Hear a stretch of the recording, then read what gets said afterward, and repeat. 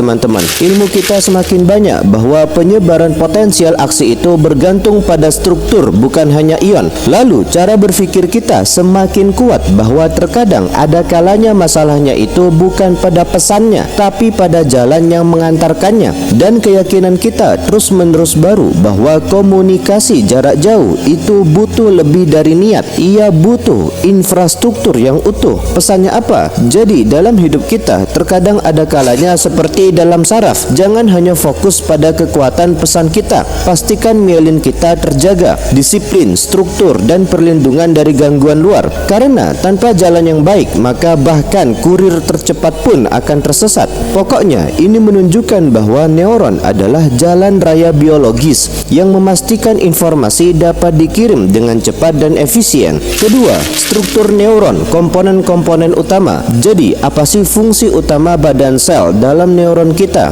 Jadi badan sel kita itu bertindak sebagai pusat pengolahan informasi, tempat metabolisme dan sintesis protein terjadi, serta mengintegrasikan sinyal masukan untuk memutuskan apakah akan menghasilkan potensial aksi. Sebenarnya bagaimana sih dendrit itu mendukung fungsi neuron? Caranya, dendrit adalah juluran pendek yang meningkatkan luas permukaan untuk menerima sinyal dari neuron lain, berfungsi sebagai antena penerima. Lalu apa sih peran akson dalam penyebaran potensial aksi? Jadi akson adalah juluran panjang tunggal yang menghantarkan potensial aksi menjauhi badan sel ke sel target yang berfungsi sebagai antena pemancar. Jadi bayangkan sebuah stasiun pusat komunikasi dengan banyak antena penerima dan satu antena pemancar besar. Nah, dalam tubuh kita, neuron kita itu mirip dengan stasiun ini dengan komponen-komponen yang memiliki fungsi spesifik. Untuk badan selnya begini teman-teman. Jadi nukleus dan organel itu terletak di badan sel, tempat metabolisme dan sintesis protein terjadi.